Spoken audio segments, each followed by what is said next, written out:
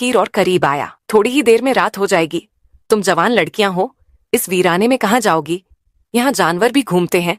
अगर कोई नुकसान पहुंचा तो? उसके लहजे में फिक्र कम और चाल ज्यादा थी। लड़कियों को अब पूरा यकीन हो गया ये सब कोई नई चाल है, लेकिन उन्होंने एक दूसरे को देखकर कहा, हमारे पास और कोई चारा नहीं। एक रात की तो बात है, रुक जाते हैं। उन्होंने सख्ती से फकीर से कहा, ठीक है, मगर ये आखिरी रात है। कल सुबह चाहे काफिला आए या ना आए, हम निकल जाएंगे। फकीर ने मुस्कुराकर कहा, ठीक है, मगर उसके चेहरे की मुस्कान में अब कुछ और ही छुपा हुआ था। रात हो चुकी थी। नाइला और मरियम अब पूरी तरह सतर्क थीं। एक कोने में लेटी थीं, मगर उनकी आंखें खुली हुई थीं। वो डर और शक में डूबी हुई थीं। आपस में धीमी आवाज में बात कर रही थीं। उम्मीद है आज की रात जल्दी बीत जाए। नाइला ने कहा, हाँ, बस आंखें बंद करके ऐसे लेटे रहो जैसे हम सो चुकी हैं। मरियम ने जवाब दिया। फकीर अपने बिस्तर पर लेटा था, मगर उसकी एक आंख खुली हुई थी। वो बार बार उनकी तरफ देख रहा था, ये जानने के लिए कि क्या वो सच में सो गई हैं। जब उसने देखा कि वो अब हिलडुल नहीं रही, उसने भी आंखें बंद कर ली, मगर उसका दिल अभी भी करवटें ले रहा था। कुछ देर बाद जब उसे यकीन हो गया कि लड़कियां सो चुकी हैं, वो धीरे से उठकर उनकी तरफ चल पड़ा। काफी देर तक वो उनके पास खड़ा रहा, जैसे उनके हाव भाव को पढ़ रहा हो। फिर वो नाइला के पैरों के पास बैठ गया और धीरे धीरे उनके पैर सहलाने लगा। तभी नाइला की आंख हल्की सी खुल गई। फकीर को एहसास हुआ तो वो फौरन पीछे हट गया। अब वो मरियम के पास गया और उसके पास बैठकर उसका माथा सहलाने लगा। अचानक मरियम की आंख खुल गई।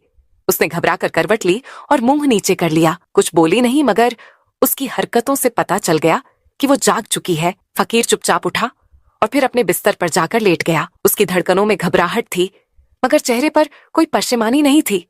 सुबह हो चुकी थी। लड़कियां उठीं और सीधा फकीर के पास गईं। हाँ, आया क्या तुम्हारा काफिला, या अब कोई नया बहाना है? उन्होंने तीखे लहजे में पूछा। फकीर कुछ देर खामोश रहा, फिर बोला, काफिला तो नहीं आया। अब नाइला और मरियम झल्ला चुकी थीं। हमें तो पहले ही पता था कि कोई काफिला नहीं आने वाला। तुम हमें किसी और मकसद के लिए यहाँ रोक रहे हो। हमें सब समझ आ चुका है। अब हम एक पल भी यहाँ नहीं रुक सकते। उनमें से एक लड़की ने दूसरी का हाथ पकड़ा और कहा, चलो यहाँ से चलते हैं। जैसे ही वो झोपड़ी से बाहर निकलने लगी, फकीर अचानक उनके सामने आकर खड़ा हो गया और रास्ता रोकते हुए बोला, तुम यहाँ से नहीं जा सकती। लड़कियों ने कहा, रास्ते से हट जाओ वरना हम जोर से चिल्लाएंगी। फकीर ने धीरे से कहा, तुम्हारी आवाज यहाँ सुनने वाला कोई नहीं है। तुम क्या चाहते हो? हमें क्यों रोक रहे हो? तुम हमारे बाप की उम्र के हो। कोई तो शर्म करो, कोई तो लिहाज करो। एक लड़की ने गुस्से में कहा। फकीर ने संजीदगी से कहा, जैसा तुम्हें दिख रहा है वैसा नहीं है। तुम जिस शख्स की तलाश में रोशनगढ़ जा रही हो, क्या पता वो यहीं कहीं हो। हमें यहाँ एक पल भी नहीं रुकना। लड़कियों ने और भी गुस्से से कहा, और तुम्हें ये कैसे मालूम कि हम रोशनगढ़ में किसी को ढूंढने जा रही हैं? उन्होंने सवाल किया। फकीर बोला, ये बात मैं अभी नहीं बता सकता, मगर अगर तुम आज की रात यहीं रुकती हो तो यही तुम्हारे हक में बेहतर होगा। फिर वही चाल। लड़कियां अब चौंक चुकी थीं। एक बूढ़े आदमी को क्या हो गया है? क्यों बार बार हमें रोक रहा है? वो सोचने लगी। फकीर ने फिर कहा, मैंने कहा ना, बस एक रात और रुक जाओ। कल सुबह तुम्हारे सारे सवालों के जवाब मिल जाएंगे और शायद तुम्हें रोशनगढ़ जाने की भी जरूरत ना रहे। फकीर ने बात खत्म की। लड़कियां अब उलझन में थीं। वो हैरानी से एक दूसरे को देखने लगीं। ये कैसे जानता है कि हम किसे ढूंढ रही हैं और क्या हमारा कोई मसला है? उनके जहन में सवालों का तूफान था, मगर अब उन्हें फकीर पर बिल्कुल भी एतबार नहीं रहा। उन्होंने फकीर को धक्का दिया और झोपड़ी से बाहर निकल गईं। फकीर उनके पीछे पीछे भागा और पीछे से आवाज दी, रुको, सब कुछ बर्बाद हो जाएगा अगर तुम चली गई तो। काफी दूर जाने के बाद लड़कियां थककर एक जगह बैठ गईं। उनका दम फूल रहा था, मगर दिलों में अब भी डर और बेचैनी बनी हुई थी। अचानक पीछे से फकीर हांफता हुआ उनके करीब आ गया।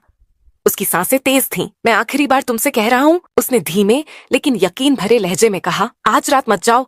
अगर आज की रात मेरे साथ इस घर में रुक गई तो शायद तुम्हें रोशनगढ़ जाने की जरूरत नहीं पड़ेगी। लड़कियों ने थके हुए लेकिन सख्त अंदाज में पूछा, अगर कोई बात है तो साफ साफ क्यों नहीं बताते? फकीर ने गहरी सांस ली और कहा, वो बात मैं अभी नहीं बता सकता। अगर मैंने अभी कह दी तो सब कुछ बर्बाद हो जाएगा, मगर मैं सिर्फ इतना बता सकता हूँ कि तुम दोनों अपने शौहर को तलाश करने निकली हो। ये सुनकर लड़कियां सन्न रह गईं। उनकी सांसें जैसे एक पल को थम गईं। हाँ, हम अपने शौहर को ढूंढ रही हैं। वो काफी वक्त से लापता है।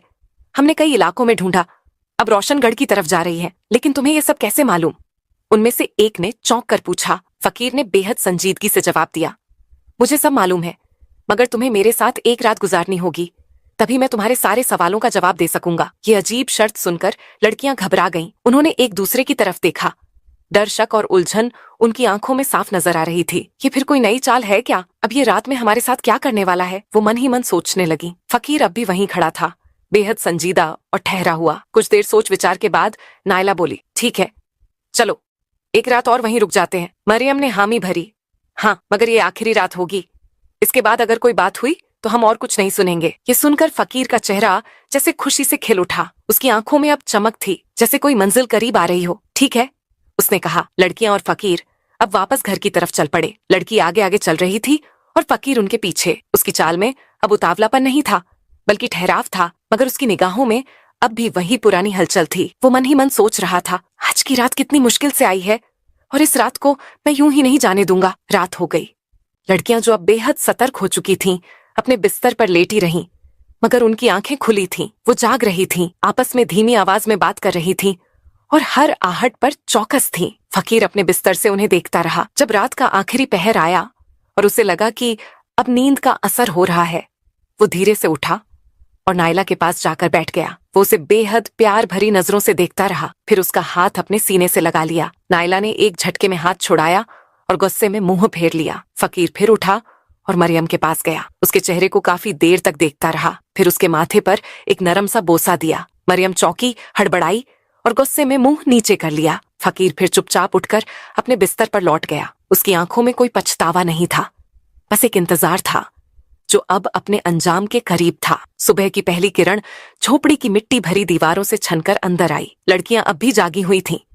उनके चेहरों पर नींद नहीं, बल्कि बेचैनी और खौफ का असर साफ नजर आ रहा था। इस बार उन्होंने बिना कुछ कहे, बिना फकीर से पूछे वहां से निकलने की ठानी। जैसे ही वो झोपड़ी से बाहर निकलने लगी, उनकी निगाह एक कोने में बैठे शख्स पर पड़ी। वहां एक नौजवान बैठा था, खूबसूरत रोशन चेहरा, शफाफ लिबास पहने हुए, मगर उसका चेहरा दूसरी ओर था। लड़कियां हैरान हो गईं। वो उसके पास गईं और पूछा, तुम कौन हो? नौजवान ने जब धीरे से अपना चेहरा उनकी तरफ घुमाया तो दोनों लड़कियां हक्की बक्की रह गईं, जैसे उनके पैरों तले जमीन खिसक गई हो। वो जोर जोर से चिल्लाने लगीं, ये तो हमारा शौहर है। वो भागती हुई उस नौजवान से लिपट गईं। आंसुओं से उनकी आंखें भर गईं। उनके लिए ये पल किसी जादू से कम ना था। तुम यहाँ कैसे आ गए?